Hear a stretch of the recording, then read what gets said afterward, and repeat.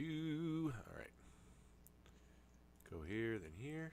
All right. Hello and welcome once again to Nexus Drafthouse, brought to you by StormLegacy.com. I am Sahara Drac of StormLegacy.com, the aforementioned, and this is a show all about drafting. And we are now on our 42nd episode, and we have a perennial guest here with us again, CavalierGuest, Mr. Justin Foster. How are you, sir? Doing really good. How are you doing tonight? Not bad, not bad. What have you been up to? I have been trying to do some new stuff on the stream. So I've been doing sub replay reviews Uh huh. since I now have a sub button, which has been kind of interesting. Basically, Congratulations. if you're a sub, you get an internet raffle. I do it Tuesdays and Thursdays. And if you win, you get to submit a replay, and I go over it in detail, explaining intricacies of heroes. I'll actually be streaming this weekend on Heroes for Charity. Yes. Mm-hmm. And that's going to happen, I think, Saturday night. So I had the midnight to 4 a.m. shift. Oh, okay. Are you going to be But casting or playing or? So I don't know what I'm going to be doing. I have Okay. some ideas. I've actually been trying to figure out if I could run a D&D one shot that's Heroes of the Storm themed. Maybe not Ooh, in my block, but in someone else's block. Maybe they could make that happen with other streamers coming on. that'd be And cool. I have some ideas for what would happen in that campaign if that happened. Well, Uh, I but I have a D&D podcast that I do every month. So if you need an adventurer, just let me know. I I have the adventure. I've been DMing since I no was 4. an adventurer. Oh, adventurer. Yeah, Oh, that. yeah. So Maybe. I'll be around. Maybe. Anyways, Apparently, go ahead. Crone is going to be on there. Crone plays D&D, so I might see if I can get Crone into it. Nice. Um, I have a lot of ideas for what the campaign would look like. Well, that sounds really fun. I hope it goes well.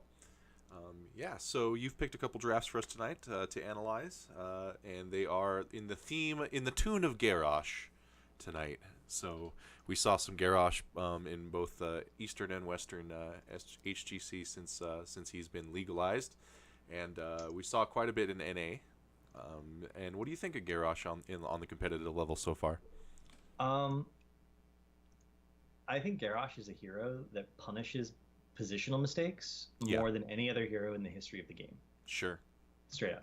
Yeah, And so far, what we've seen from Garrosh is we've seen him win exactly 0 games in the region that has the most competitive depth, right. EU, where the teams are all relatively close and positional mistakes are far rare. Hmm. And then in every other region, it's been the better team has been bullying the worst team with him. So either you're the better team and you win, or you're the worst team and you lose. And Right. You drafting just Garrosh, you can tell a lot about your team if you're better or worse. And you win, yeah. you're better. If you're worse, you Yeah, for lost. sure. So you're saying he's kind of you feel like he's a little bit of maybe what's known as a pub stomper, like Yeah, yeah, even at the pro level, yeah, Garrosh he's a is pro pub is stomper. he's the pro pub stomper. That's cool. I have been in playing a ton of him. I think he's super fun, and I agree with your assessment on that. I think he might be my favorite hero in the game right now. I really am enjoying playing him a lot. He has the feel of what I think a tank should feel like. So I don't know. I just really enjoy him. But we did, like I said, see him in these drafts on the pro level. So we're going to go ahead and jump into those. We have a first game here between Tempo Storm and Roll20, and that is on Battlefield of Eternity. Now, one thing I want to point out in regards to Garrosh, uh, I've he's already my most wins in Hero League, and he hasn't been out that long. So I feel like he really also excels on a 2-lane map. The reason being, on a 3-lane map, you can maybe like say Warhead, where it's really big. Like you don't have to be this like laning phase, this group laning phase. But on a 2-lane map like Braxis or this, you're going to be laning, and that's where he can really get some early kills and get some of that jump ahead and experience and stuff. You don't have a choice. You have to face him as a group. So I like him on 2-lane maps like this. So just saying that and going into here. And how Roll20 looked really strong this weekend, did they not? They did. They finally figured out their hero pool issues, and of course, having a new hero come into the game always helps a little bit in that regard. Mm-hmm. But for a while after they added Goku in place of Uh, Yoda, right, yes. there we go. They were having hero pool issues because they don't hero Goku and Yoda did not have exactly the same hero pools, so they would be like, well, what if we did this? I can't play that hero. Oh, Right. but then what if we want to do that? And it created a lot of awkwardness in their drafting, which was very clean prior to that. Right. And I think that Glaurung going to the Western Clash and being the guest commentator there gave him an idea of how EU is playing certain things, Mm-hmm. and that gave him a better handle on the meta. And he was like, "Oh, well, if these are the drafts we're going to do, then these are the hero pools we need." Right. And they have been much cleaner about their drafting overall since that happened. Yeah, I would agree with you. And also, like you said, a new hero coming in. Of all the NA teams, it seems like Justing and Roll20 learned the most about Garrosh quickest. So it definitely gave them a step up against their opponents, I think, in a lot of these games. So looking at this now, oh, go ahead. Oh, I was going to say, in that sense, they had an advantage in that he's very similar to Diablo. He will punish overextensions. Diablo is not as good at it, but Diablo has a little bit more hard engage potential when needed, and his heroics are a little bit more impactful. Right, But they are similar, yeah. similar, not the same, but there's enough similarities there that a team who has a really good Diablo player, if that person converts into playing Garrosh, you're going to have a similar level of coordination and be in good shape. Right, definitely. Okay, so going into this draft, the first ban and first pick go over to Tempo Storm, and they do a targeted ban here onto the Glaurung with a first ban Medivh. This is game one, also, just for the record. So they don't want to deal with it right away. What do you think of that ban? I think they actually end up banning this for the entirety of this set. Mm-hmm. They ban Medivh in every single game. There are ways of dealing with Medivh, and just like I've said quite a few times now, that every serious pro team needs to invest the time into having a Medivh player and then coordinating around that Medivh as needed. Right. Every team needs to practice playing specifically against a Medivh. Displacements, so you can knock people away from portals, are really strong in a Medivh, but those heroes aren't really part of Tempo Storm's roster. They've never played them extensively. The heroes that have those massive displacements, Diablo, for instance, I don't think we've seen something Fury really play ever. A few games here and there, but it's not been anything huge. Right. So I understand their decision to just be like, we don't think we can deal with Medivh, and we don't play the heroes that do well against Medivh, so we're just gonna. And as I say that, I realize they actually do play Lunara occasionally, and I'm like, why would you ban Medivh when you can pick Lunara into him? Yeah. Now, to me, I think it's probably just a thing where it's like he's just such a pain, you know. Like he playing against him maybe made them feel like they couldn't play their game then, you know, like they had to play the anti-Medivh game, which maybe they just didn't feel practice on, or they just didn't feel like doing, you know. It's a fair point. Medivh is one of the most frustrating heroes in the entire game to play against when it comes down to it. So yeah, okay. Well, that's the first ban out of Tempo Storm. Then going over on the Roll20 sides of things, they do ban the Abathur. Abathur, a hero that we used to never see on Battlefield of Eternity, and now we almost always see interaction in the draft with Abathur on this map.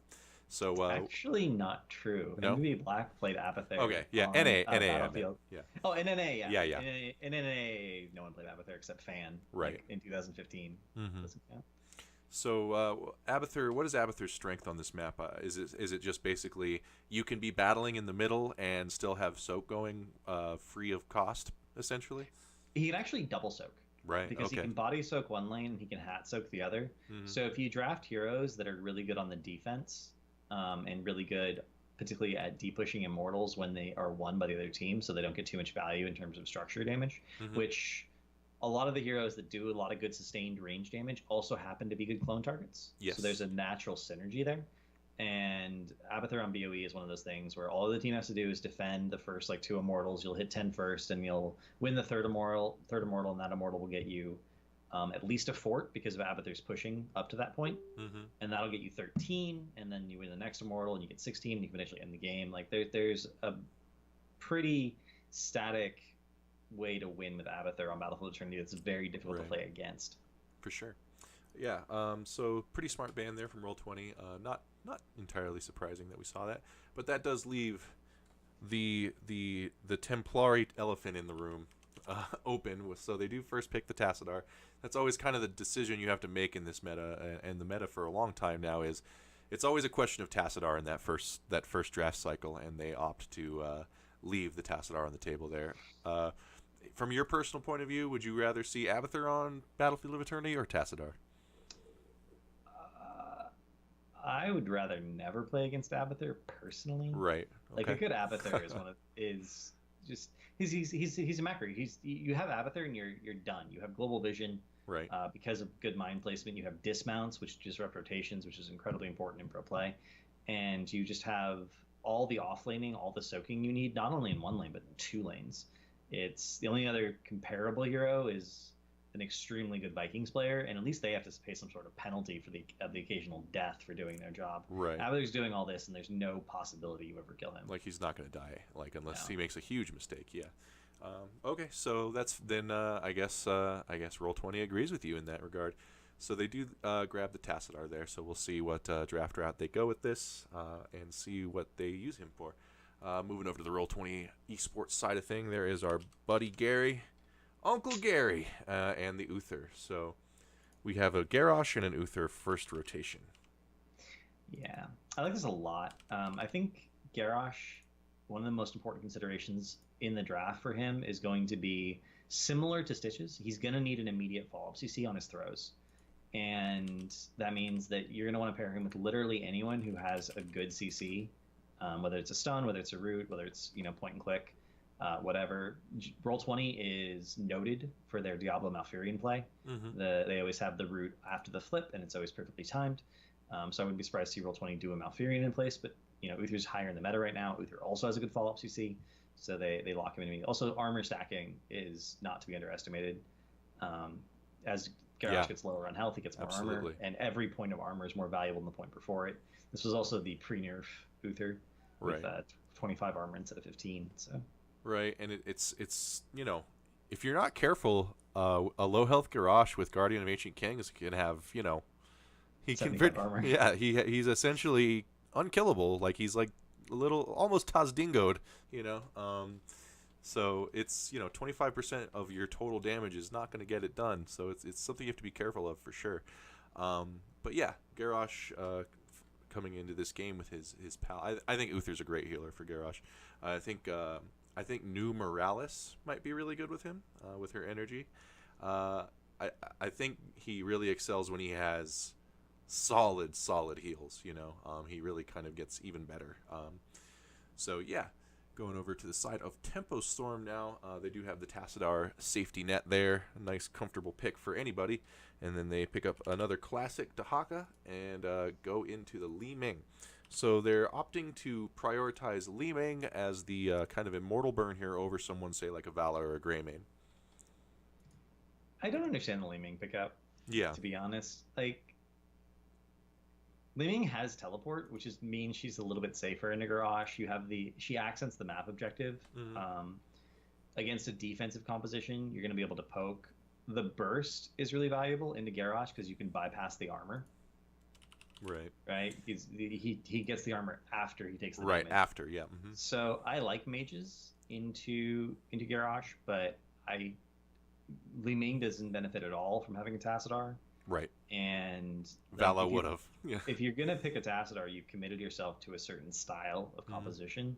Yes. If you want to use all your tools optimally, and you haven't picked your tank yet, and you haven't picked your support, so Li Ming solo damage. That's it. Yeah. It makes me scratch my head too when I see it, because I think, this is just my guess, I think Tempo Storm was kind of like, well, we've seen a little Garrosh since he came out. Our theory is that ranged burst is good against him. Let's try it, and Li Ming is decent against him, but there's this. Why do you have Tassadar then? You drafted him first. What are you gonna do? Why not pick an auto attacker that has like a giant killer? Why not have percent base damage to bypass? It's not like Cursed Bullet is going to be terrible. Oh no, Cursed Bullet would be good. Yeah. Into Garrosh, maybe even like a Tychus. Tychus Tassadar is something that has been a little bit niche, but it has seen occasional play. Mm-hmm. I just don't respect the Li Ming pickup because you're gonna pick up tank support your last 2 picks. There's no possibility of responding to anything the enemy team does at this point, and Tassadar Tracer Tassadar Li Ming, as your damage is just like weird. Yeah, I like the Tychus idea actually, because as someone who's played like a lot of Garrosh, like I said, like there are some percent damage things where you're like, whatever. You're like, Leoric. I mean, yeah, it sucks, but Tychus, like if he gets, you're like, ow, ow, ow, oh my god, like he can really burn Garrosh like hard. So I actually like the Tychus idea there as well, but they're gonna go for the Li Ming this time. So Especially because Tychus has the nice thing where if you try and cue him, he just walks forward and it misses, and then he dashes backwards, and you're like, well, right, yeah, and that's not asking a lot of micro of these players. So yeah, no, it's really not. yeah, it's that's pretty basic. So yeah, going into the second ban phase with the Li Ming showing here, Roll20 Esports does ban out the Rhaegar, and on the best of the rest in terms of supports right now. Right, exactly. You don't want the Malf. Yeah. Although we'll see something in a second that has definitely been popping its head up a little more, and the best of the rest is indeed the Ariel on the side of Tempo Storm for the ban. So taking a look at this, there's plenty of room in Roll20's draft for an Ariel combo. Obviously, they left the Vala on the table, which I would jump at personally. I'd be like, Vala Ariel, let's go. You know, like I don't care if we, this was a patch where Uther Ariel was like, oh my god, which, and it still is probably decent. I don't know. I haven't seen it a whole lot since the nerfs, but it's not as good. It's not as quite. It was. And it's hard to reliably keep your hypercarry alive because the 2 seconds actually made a really big difference. The absence of bursting light. Oh yeah. And the 10 less armor both were a big deal. Mm-hmm. The funny thing is Ariel is even better now in the triple support comp that we saw from Expert not too long ago on Battlefield of Eternity, because Lily as your hope generator is totally acceptable now that you can only cast your W every 4 seconds and generate even more energy per damage. So well, if Blizzard tries to fix double support meta and we end up with a triple support meta, I will flip desk. That'll be it. I'm out, man. I think triple support's underrated right now, to be honest. I think there's a number of really viable triple support comps. That's gross. I don't like that. People should be experimenting with it for better. I apologize. Yeah. I apologize. You gave me the bad news. I don't like that.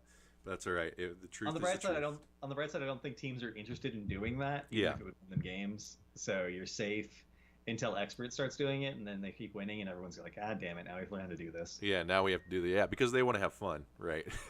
And maybe Expert has fun doing it. I don't know. But so there's your support bans there, and then going over to the side of Roll20 Esports, we have Chromie, actually, and a Malthael for that top lane. What do you think of the Chromie Garrosh picks here? It's follow-up, right? Yeah, as soon as absolutely. you get the throw, there's just that immediate follow-up burst, and I like that a lot. Again, you have a nice stun right after. It's very similar to Stitch's hook. In my opinion, if you draft Stitches, you should draft follow-up CC and follow-up burst to the hook, so you get that instant deletion. Chromie is straight up some of the best instant deletion that is in the game right now, and the range at which she can do it means she can always be really, really safe and always be in range of wherever Garrosh is going to throw people, which is a good combination to have. Speaking of Chromie and CC, let me tell you a little story that happened to me last night. I was in a viewer game. I just joined one of Horsepants' viewer games on the PTR, and he was playing with Moonfares, and they went Chromie Kel'Thuzad, and Chromie went pure Time Trap build. And so not only is Time Trap great when Chromie follows up on it, but then there's also a Kel'Thuzad following up on those Time Traps, and it was not fun to play against. It was oppressive. So maybe we'll see a legitimate double mage combo in the future with Kel'Thuzad, but it was definitely some cool cheese. I enjoyed seeing it, and I did not enjoy playing Leoric against it, however. So Chromie is a great follow-up from the Garrosh flip, especially with that nice point-and-click stun from Uther. And then the Malthael, obviously he's just a really solid solo laner, and he does great against the Immortal. So a really solid pickup so far from Roll20. I'm liking their draft a whole lot so far. Yeah, and hitting up the end of the draft for Tempo Storm, we have the Anubarak. So there is their tank, so quote-unquote. And then they go for the Lucio, someone we've been seeing a little bit more of since his health buffs. I mean, that was a substantial health buff. And yes. Health buffs and health nerfs, for that matter, have always dramatically impacted heroes' win rates. I actually remember saying when Lucio first came out, he had the lowest health pool of any support at that point. And I was like, this hero would Can't be do it. really good if he had higher health. But because his movement, especially his wall ride and his wall ride talents that make him move faster, give him so much playmaking potential, especially with the knockback, because he can slide past people and knock Right. them back into his team, that's a big consideration. Mm-hmm. But you can't afford to do that. No matter how fast you're moving, auto attacks can just kill you because an auto attacks can't miss. Right. And 10% health buff pushes him up to the point where he can make those plays and not die. Yeah, It's yeah. really significant. He definitely got the health he was looking for. And the other thing is, I think he's a nice pick against Garrosh. Not only does the boop make it like hard for Garrosh, like any kind of that counter, like it's much faster than Groundbreaker, and you can pretty much react to it. But also the team moving around a little more quickly puts a little more burden of execution on Garrosh. So I kind of like it actually. I don't like Tempo Storm's draft, but I kind of like the idea of Lucio actually. I kind of like the Lucio, and it is like the delay on Q is on Garrosh's Q is a half second. Mm-hmm. It's visible, so you see the hitbox. Right. Average human reaction time is 0.18 to 0.32 seconds, Mm-hmm.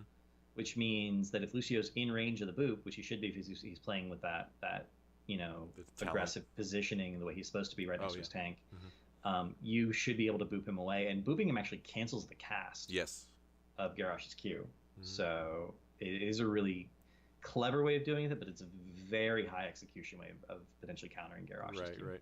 I think most of the time it's going to happen. It'll probably be like a semi-accident. Like I feel like he's, I see him walking up. I think I'm going to throw out a boop, and a lot of times it'll hit. I think, but players can definitely learn to predict it, or not predict it, but react to it. So yeah, I like that pickup. But as far as the rest of their draft goes, that Tassadar Li Ming thing is really bugging me. Yeah, it's unfortunate that that happened. Yeah, and I want to encourage people who are watching to take what we're saying right now and go watch this game. Mm-hmm. And when we say Garrosh is a hero that just punishes mistakes really hard, there was in particular one event in the late game where Li Ming is doing something that's very standard. She's the Immortals are on offensive sides, mm-hmm. and Li Ming is poking from where her own siege camp is, or her own bruiser camp is, over the wall. Over that wall, yeah. Which is totally safe normally against most heroes. You can just be like, throw out the orb, throw out the missiles back up, wait till orb cooldown, throw it in. And Cawthon actually goes up and around and checks over to see where everyone's positioned. Mm-hmm. And normally with Li Ming, that's completely safe because you can blink over the wall at that point. Right. And he gets thrown and dies.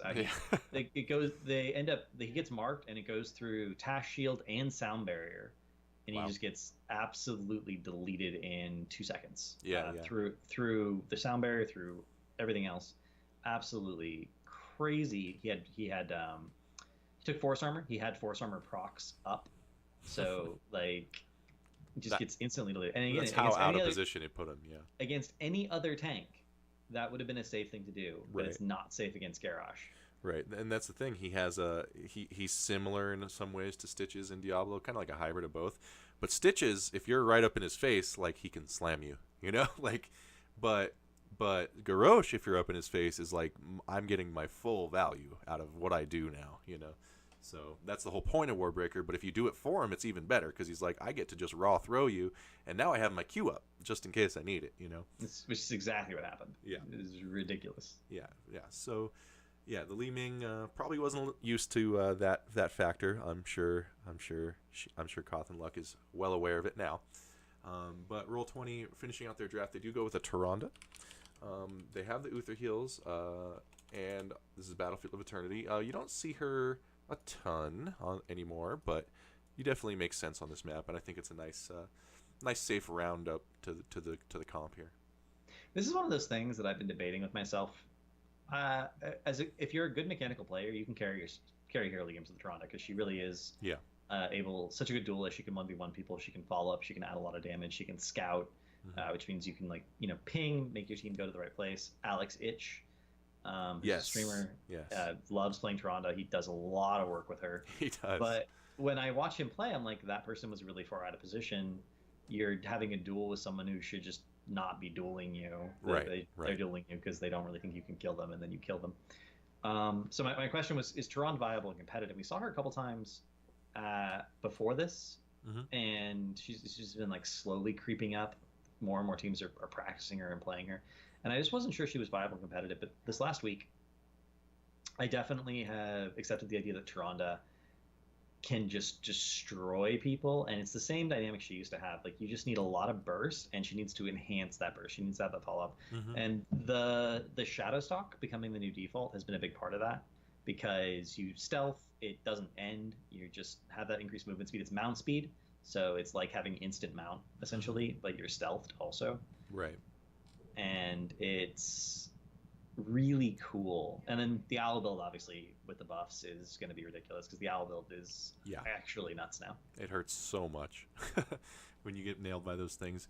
Yeah, Tyrande is a pick here where I think Tyrande is the kind of pick you take when you're like, we have basically everything we need. The only thing Roll20 doesn't have with their first 4 picks, I would say, is maybe some like nice sustained damage. But Tyrande can do that, like not as well as like everyone in the game, but she can definitely shoot her arrows pretty decently and do a lot of damage. So I think Tyrande is a nice like cherry on top kind of hero. You know, it's like, how about another stun? How about we scout the whole map? I mean, we got everything else, you know. So yeah, I like the pick. I do. I don't think you should pick her if your team needs something like desperately, like a tank or a healer or whatever. But I like her place in this draft, honestly. So Roll20 did win this game. Garrosh was definitely came out, and I think maybe some the opponents were not ready for him, and out executed his opponents here. So yeah, that was a good one, and we will move now to a Garrosh game from the European region. This is a game between Team Expert and Team Good Guys. So while I change the team names and stuff, why don't you tell us a little bit about the differences you saw between these kind of Garroshes? So in EU in general, the competitive, like EU has roughly twice the player base that NA Heroes of Storm does. We're talking about just about people on ladder, whatever. And more people means that there's more chances for better players to rise to the top. There's more people experimenting, more people trying things, and that increases the learning of everyone involved. They have a stronger community in a lot of ways. You know, they have a community effort to do something like Heroes Lounge, whereas Chair League was pretty much organized by one guy who sort of made it happen. Yep. And as a result, the Heroes Lounge is probably more competitive in many ways than Chair League is. And that has led to top teams being more consistent across the board in Europe. It's led to stronger players across the board. There's more theory crafting, more discussion, more trying things, and of course having the best team in the world regularly scrimming against. Yep. Even though scrimming against you, if Fnatic is scrimming against, Expert, and then Expert scrimming against you, you're gonna be better. You're gonna improve dramatically more. Yeah, you have a lot more variety to practice against and different styles and just higher skills. Yeah, for sure. So what you're saying is you thought this Garrosh game was better executed. I thought that, well, better executed against. Better executed against. Okay. I haven't seen this game, so yeah. Garrosh punishes mistakes, and if you don't make any mistakes, Garrosh is terrible. Yes, that's true. Actually bad. Garrosh again has not won a game in EU. Okay, interesting. But he crushed NA. Yeah. Correct. He crushed NA, and in fact, the best series that I have to exemplify this right now is actually from Korea. It's MVP Black versus RRR. Garrosh was involved in every game. Okay. MVP Black won every game. RRR lost every game. And RRR, when they drafted Garrosh, got 0 kills with him. Oh, and wow. MVP Black, when they drafted Garrosh, got dozens of kills with him.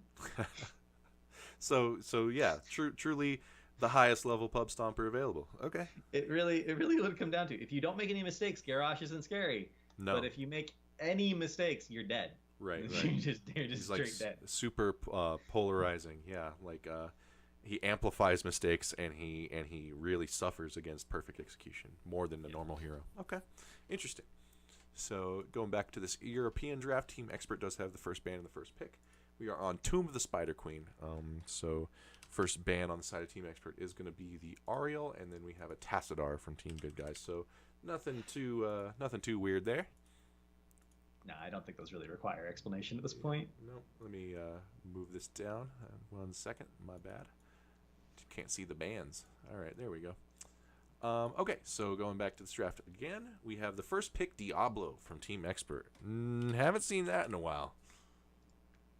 No, and it's something Expert has been working on and off. Bad Bunny's been practicing his Diablo quite a bit, Mm-hmm. and it's just really good on this map and shrines. Tomb and shrines are Diablo's playgrounds because there's so Yes. many walls right near the objective, Yeah. and it's just incredibly good. And you can build up your souls really fast on Tomb, which is a little bit of an underrated bonus for him. I don't think you can find a place on those maps where he's not within from the shadows range of a wall at any point.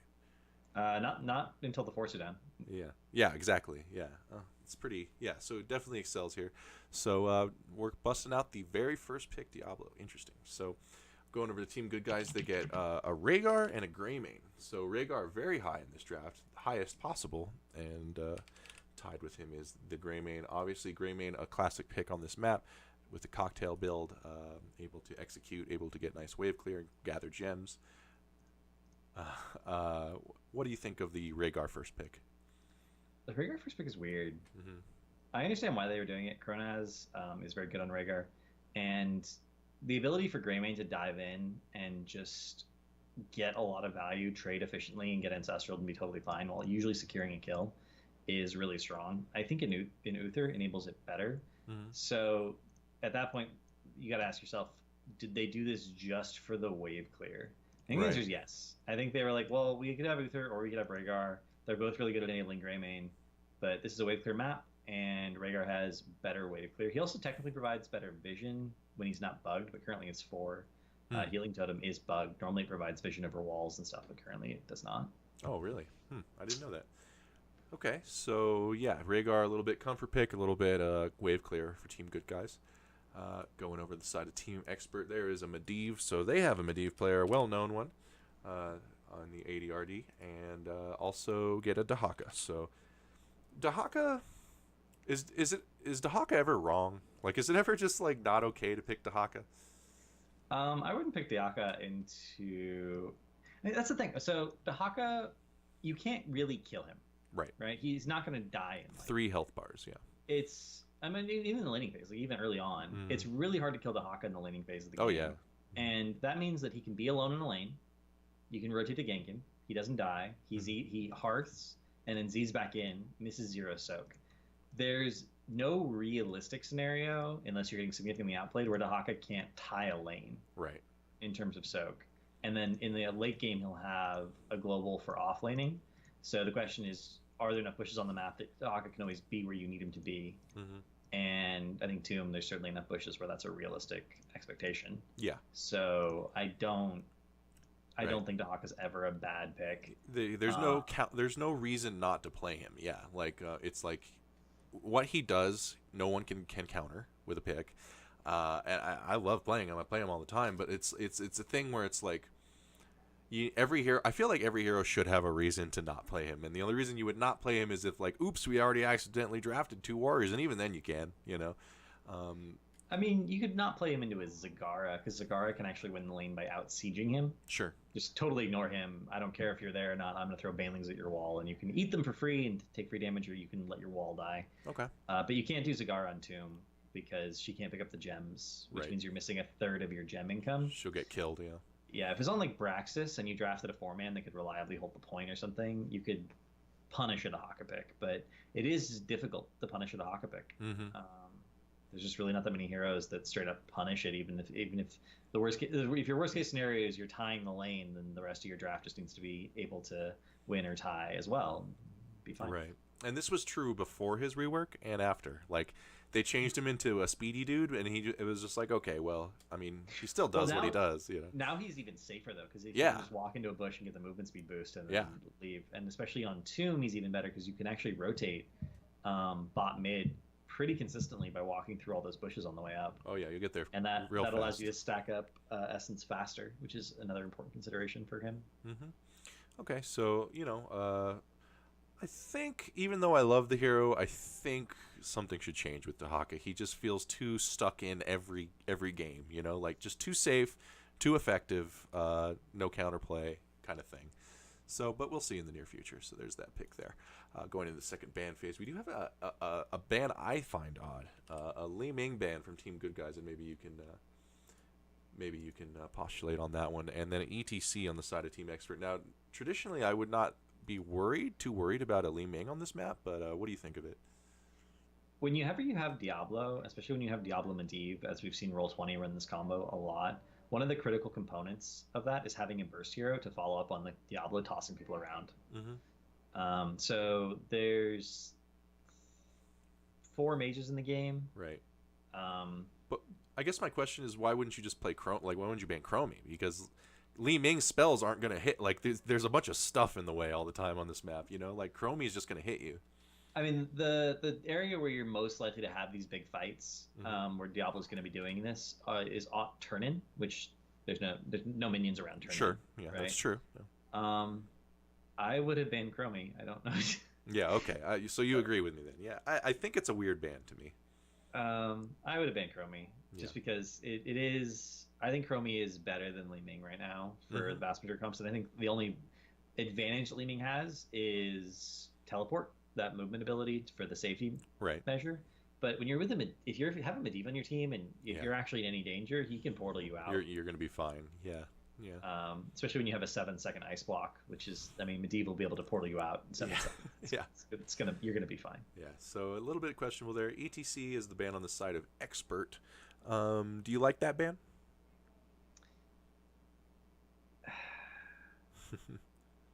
See, I know Bad Bunny thinks that ETC is good into Diablo specifically, and one of the reasons that Diablo was out of the meta for so long was because ETC was in the meta.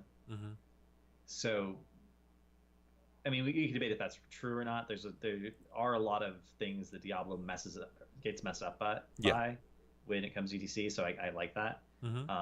But knowing that they believe that, I think it's almost the only ban that they're likely to make under these circumstances. Just because of their personal like beliefs about certain heroes. Yeah. Okay. Yeah. Okay, I got you. To me, I would probably not do that, but I'm not them, so I guess that's just kind of a stylistic ban there. Okay. Interesting. So we'll go back over to Team Good Guys. There is our Garrosh. So we see a Malthael and a Garrosh. Let me look at this real quick. Do I like the Malthael here? I suppose it's okay. I feel like he excels when he can kind of have his own time to himself in a lane. You know, kind of like a little bit more distance between the lanes. What do you think of these picks? It's really safe for him to pick up the gems generally because he can go in and not have too much danger of dying and then leave. He is reasonable into the soul lane against the Haka, and he punishes quite a bit Diablo in the very, very late game because Diablo's primary survival mechanism is his high health pool, and obviously sustained damage over time that is percent based does a lot to negate that value. But at the same time, and it's damage over time, which Malthael and Linar are probably the 2 best ways of dealing with Medivh, because damage over time just doesn't get forces willed very efficiently. But do you want Malthael? Is that really... that's how I feel about it too. I'm like, isn't there something better here? And my second problem with this is Garrosh's major weakness is he has reasonable peel, but Malthael frequently needs more than just reasonable peel. He needs a really strong peel. Yeah. But you also didn't draft any sort of engage, and I thought about it. Like, what are better options? Like, Arthas Garrosh, I think, is a better combination, but Arthas is really bad into Diablo because he suffers versus displacements quite a bit. Do you go Thrall and go for poke and just poke, but then it's strange and awkward. Then if it's you and Garrosh in a lane and he gets the flip, you're like, okay, I'm going to try and wolf him and maybe I'll get the kill. With the flip, you want to get a kill, you know? I mean, Root's not a bad follow-up. I mean, Thrall has a root. Yeah, it's not bad, but I don't know. I feel like it's kind of similar to the Malthael, in my mind at least. For me personally, looking at this, and every time I'm spamming Garrosh in Hero League, I'm like, thank God nobody plays Medivh. Thank God nobody plays Medivh, and like I don't ever see him, because I would never ever pick Garrosh into Medivh. No, because you throw them and the portal goes down and you're just like thanks, I'm just leaving. You don't have an E. Yeah, like his whole kit breaks down with Medivh in the game. Like, it's like, who cares if he throws you, you know? And you want that burst follow up to the throw, and Medivh just negates burst completely. Yeah. It's rough. Yeah, they went for it anyways, though. They They saw did. they saw the Medivh and they went for it. Which immediately I'm like, well, they lose. Like, what's to like? He's That's game yeah, over. the game over. Just call it. Yeah, send everybody home. So yeah, I love the hero, but if I see a Medivh, I'm staying miles away from Garrosh, personally. But yeah, going over to Team Expert, they do finish up the team. They pick the mage that I would have preferred over Li Ming. They get the Chromie, and they get a nice Stukov. Now, Stukov is a hero who is actually pretty vulnerable to the Garrosh. Now, one thing Stukov can do is he has that expanding silence, so it can be hard for Garrosh to get in there and flip him, but you can't always do that, and he's a little vulnerable to Garrosh. It doesn't matter because there's a Medivh on their team. So, but I think the Stukov's a safe pick. I would not normally want Stukov against Garrosh. I mean, you just stand back, right? You're a healer. You don't have to be up in people's faces, hitting them with your fourth highest auto attack damage in the game. Yeah, but you have to hear that big thump when he swings the arm. You got to. You can stand pretty far back. And the nice thing about Stukov is actually both of his heroics are anti-Garrosh tools. That's true. Because Garrosh is like a close range initiator, and you're just like, nope. Go away. Yeah. Nope. That's a good point. Nope.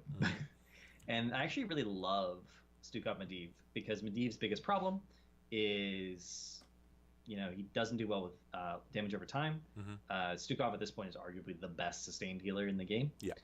And Stukov's biggest weakness is I have no mobility. Well, Medivh makes everyone mobile. Yeah, he makes your whole team just fine in the mobility department. Yeah. Yeah, I like the draft a lot here from Expert.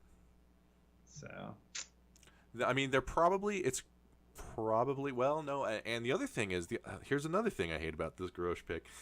Diablo at 16 destroys that guy. Like, it's like, Diablo, I wouldn't say has a hard counter, but he's pretty close. Like, it's like wall, dead.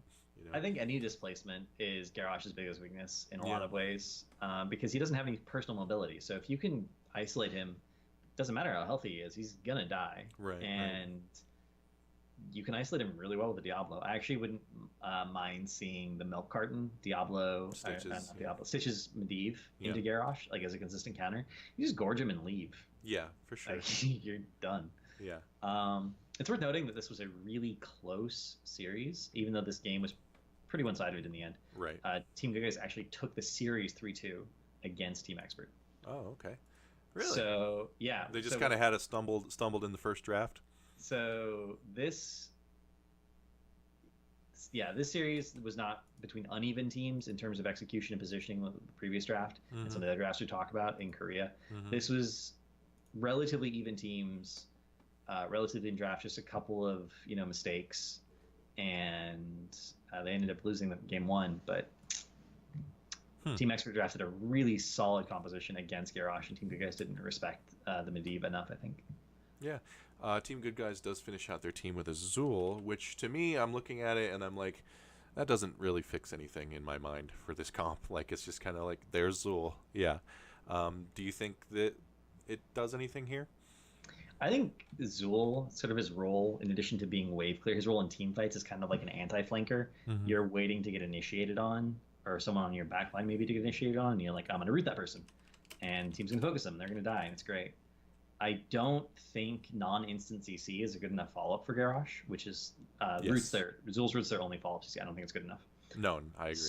And there's no dive on Expert. Like, except for Medivh portals in, which kind of counts. There's no real, like, I'm going to dive your backline and make something happen. It's not going to happen. It's not really what their comp is. Right. So in that sense, I don't like the Azul at all. Yeah. Yeah, it's a funky draft, and they definitely got spanked in this draft, and I assume lost this game. They did. Yeah, okay. I would be very surprised if they didn't. To me, I'm no Garrosh expert or anything, but I have played him a lot, like I said, and to me, that's like Garrosh's nightmare. What I'm looking at on the other side, I'm just like, nope, absolutely not.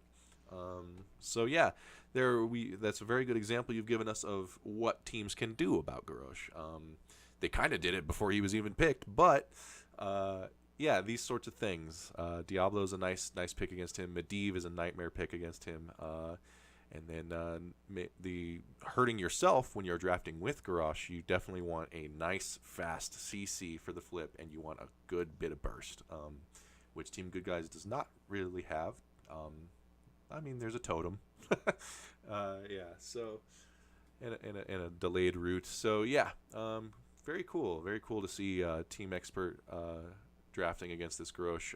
I did not know those stats you gave us about Garrosh in other regions versus NA. So to me, it's startling, right? It is startling. To me, it sounds like NA is going to catch on a little bit later, just like they always do, and then we won't see much Garrosh anymore. But we'll see, I guess. Yeah, so in EU, he's been picked in 5 games and banned in 5 games. 0 wins in those 5 games. Wow. Which is pretty bad. Yeah. And then in Korea, which of course is a relatively imbalanced region, he's been picked in 11 games and he has 7 wins out of 11. Right. And it was always a better team versus a worse team. The favorite is picking him, yeah. It was always a top 3 or 4 team versus like a bottom 6, 7, 8 team. It was pretty low, and he's been picked or banned in 20 matches. Wow. And then in NA, which I think is the region he's done the second best in, he has a 61% win rate out of 13 matches, so 8 matches out of 13, and he's been picked or banned in 21. So you would say that the Korean region has the most disparity in the team's power levels versus any region? Except for maybe China, but China is just awful right now. There's no other way to put it. That's unfortunate.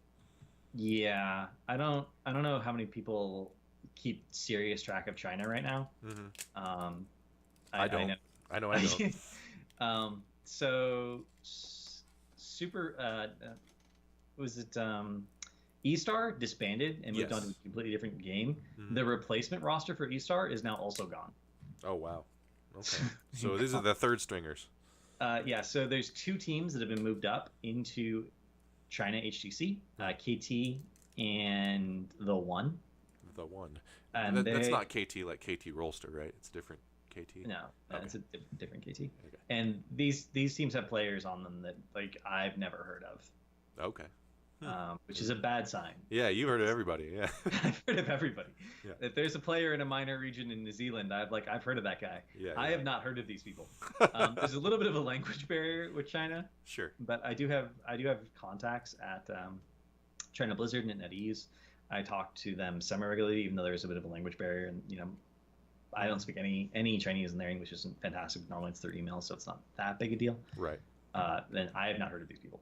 Wow. So I will say that KT did take a single game off of CE, but CE also I think lost one of their top players and has been struggling ever since that happened. I think he might have been their drafter. So obviously that presents a bit of an issue. Yeah, definitely. And yeah, China is probably the worst major region right now. Okay. Unfortunately. Well, I'm glad somebody's worse than us. So. Yeah, but it's not because we got better. Yeah.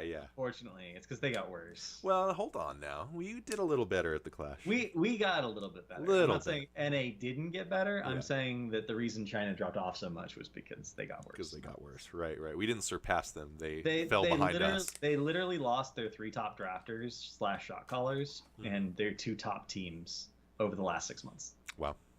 I was not aware of that. Okay, well, that's interesting to know. Before we go for this evening, what do you think of the Kel'Thuzad and the reworks inherent in his patch? Leoric is busted. Yes. Oh my God. He's missing double soak now, which I'm sad about, but he's otherwise straight busted. Yeah. Okay. I like macro heroes. Jaina seems like she may be viable and competitive for the first time in a long time. Not necessarily overpowered, just viable. Playable, which I think is reasonable. Chromie seems like she's better for better players and worse for worse players. Which is what we want. Which is interesting. It's something that's certainly a direction Blizzard has been moving towards for a lot of heroes. Yep. For the last little bit. I don't think I'm playing Morales correctly. So every game I've had on PTR, Morales has felt worse. Not like a lot worse, but worse. Okay. And it used to be the way Safeguard worked. It cost so much mana that it wasn't efficient to cast it. unless you could just heal, if you could just heal instead. So unless someone was literally going to die, or it blocked more than like I think it's 1,500 damage or something ridiculous, like a really high number. Right. It's better just never to cast your W as Morales unless you're literally saving someone from death. Interesting. It's better just to use your Q all the time. With no mana cost and a shorter cooldown, you should just spam the shit out of Safeguard. And right. I have not been able to overcome my built-in trained reflexes on like 100 Morales games of not just spamming the shit out of W. Right, right. But it really is, especially if you take the talent at 1 that generates energy for every instance of damage on the Safeguard. You should just spam the shit out of that thing. Just like constantly be spamming Safeguard. Right, right. And I think if you do that, she may end up being actually slightly better. Okay. I kind of feel like she has the same problems though, whereas she's kind of easy to play against as far as drafting and things. I mean, she doesn't run out of mana in the mid game. That's true. Anymore, which was her biggest problem before. So if that's true, like if she can just not run out of mana in the mid game and still has the same ridiculously strong early game, then she's certainly going to be more annoying. A little better place. Yeah. Maps like Braxis, for instance. Oh yeah. Okay, and yeah, I agree with you on the Leoric thing. I'm having a ton of fun playing that guy. That level 20 talent, the AoE damage when you have the Drain Hope, that thing does so much damage. It's insane. Everything he's doing. I love the no movement reduction when you have the Drain Hope. It's just crazy. He just dominates. But Kel'Thuzad, tell us try to look into your own future and tell us what you think Kel'Thuzad is what you're gonna say about Kel'Thuzad in a month or say. I think for the average player, Kel'Thuzad's gonna be pretty bad. The average player is gonna have a really hard time completing the quest because the range on his root is so short. Yeah. And they're not gonna have the awareness to be like, okay, I can chain this guy, or I can chain this fort, and then 3 seconds later I'll be able to chain this person and get the stun. It's gonna take the average player a long time to stack up his straight quest, and his straight quest is mandatory. Absolutely have to have it. You need to finish it because he scales at 2.5%. So if you're not finishing it, every level you're basically losing damage. You're getting weaker, yeah. Which is a big deal. Yeah, I like the way he's designed a lot, and I love that he has that skill cap. But I agree with you, yeah.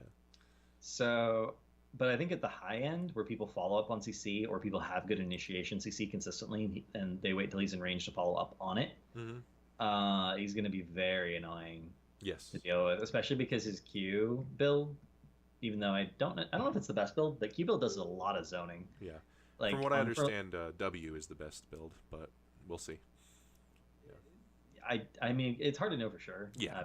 Matchmaking at PTR is so incredibly poor. I will say that he has a necessary talent at 7 for the Q build, and then you're giving up the Icicle, which I think is probably the most fun talent he has. Yeah, so good. Yeah, I love that thing. So Q build may not end up being the most popular, even if it is the best, just because of Icicle. Yeah. It's maybe what it comes down to. Yeah, Glacial Spike is awesome. Yep. It's not like I'm going to go into Hero League and be afraid of people pick Kel'Thuzad into me. I'm like, that's fine. You're probably not going to be able to make use of him. Right. One thing that he does is when with the way his chains work, the first time I've experienced something like this in HOTS is you have the chain on, and then the skill shot comes from where it's chained, like the hero it's chained on.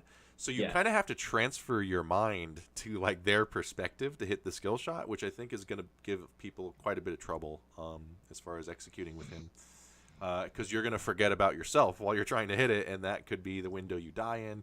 I've only played him a couple times, but I thought that was a very cool design on the chains. I liked it a lot. He also has a lot of precise timings to combo well. It kind of reminds me of a mage Alarak, actually. I feel like he plays kind of like Alarak, but from a range. So yeah, I think he's really cool, and we might see him with some really skilled Korean players just doing his thing. Hopefully, that'd be fun to watch. What else? Chromie, yeah, we talked about the reworks. So yeah, Cav, I want to say, oh wait, we have a question not a question as far as executing. The second chain is almost identical to Lulu's second glitter. Yes, that's true. Yeah. That is a good point, Tiger Kuehl. But yeah, we'll see. We'll see how hard he is to play in the end, or if he's just a pub stomper like Garrosh, or if he's an actual best mage. I'm looking forward to it either way. But Nexus Drafthouse, we talked about 2 Garrosh drafts tonight. My current favorite hero. not in power level or anything. I think he's decent, but I think he's super fun. And yeah, we had 2 drafts with Garrosh. We saw one where he crushed and one where he got crushed in the draft. So yeah, thanks again, Cavalier, for coming on for episode 42. I'm always happy to be here. Good. Yeah, we're always happy to have you. Sorry Ryan couldn't be around tonight. He thinks he's too cool to talk about Garrosh drafts. Oh, really? Yeah. He's doing something cool, like working or something. Getting too big for his britches. Yeah, he really is. So, yeah, this has been Nexus Drafthouse episode 42. This VOD will be on YouTube tomorrow. I'll put it out on the Twitter and the whatnots. Probably make a Reddit thread. And, yeah, we'll be back next week. We have Nexus by the Numbers Kel'Thuzad edition coming soon. And, yeah, thanks for stopping by and watching the stream. And tell your friends about drafting, because it's important, and we want to help you with it. All right, see you guys. Good stream. Have a good night, everyone. Bye-bye.